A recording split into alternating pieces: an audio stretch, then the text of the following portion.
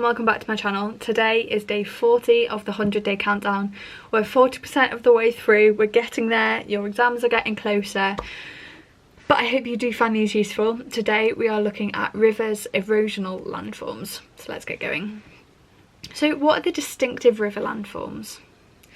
Let's have a think. We have interlocking spurs, a V-shaped valley, tributaries, waterfalls, gorges, meanders, floodplains, oxbow lakes, river estuaries and levees.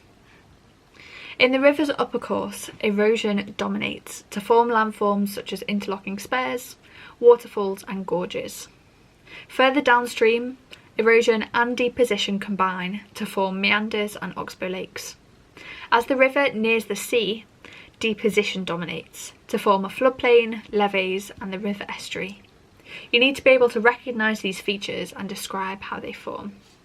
Of course, not all rivers are typical, and it's possible to find landforms of erosion and deposition at various points along the course of a river. Interlocking spurs. In the Welsh mountains, streams weave their way through a V-shaped valley. Notice that the areas of land jut out. These are called interlocking spurs. The river is near its source, and so it's not powerful enough to cut through these spurs of land, and so has to flow around them. Waterfalls. As it makes its own way from the source to the mouth of a river, the river flows over a variety of different rocks. Tougher, more resistant rocks are less easily eroded than the weaker rocks, and these will form steps in the long profile of a river. These steps form waterfalls. Waterfalls are most commonly formed when a river flows over a relatively resistant band of hard rock.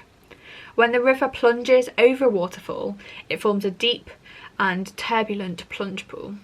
Here, processes of erosion, particularly hydraulic action and abrasion, are active, and they combine to undercut the waterfall. Eventually, the overhanging rock collapses and the waterfall retreats upstream. Over many years of the waterfall retreating, they will leave behind a steep-sided gorge. Waterfalls can also form when a drop in sea level causes a river to cut down into the bed, creating a step in the long profile of a river. This step is called a nick point and is marked by the presence of a waterfall. Waterfalls can also be found in glacial hanging valleys. Gorges. A gorge is a steep, narrow-sided valley that is usually found immediately downstream of a waterfall. It is formed by the gradual retreat of a waterfall over hundreds or even thousands of years. Gorges may form in other ways. At the end of the last glacial period, around 8,000 years ago, huge quantities of water from melting glaciers poured off upland areas to form gorges, such as Cheddar Gorge in Somerset. More rarely, some gorges form on limestone as a result of a collapse in underground caverns. So we're going to think about the question, explain how a waterfall changes and forms over time.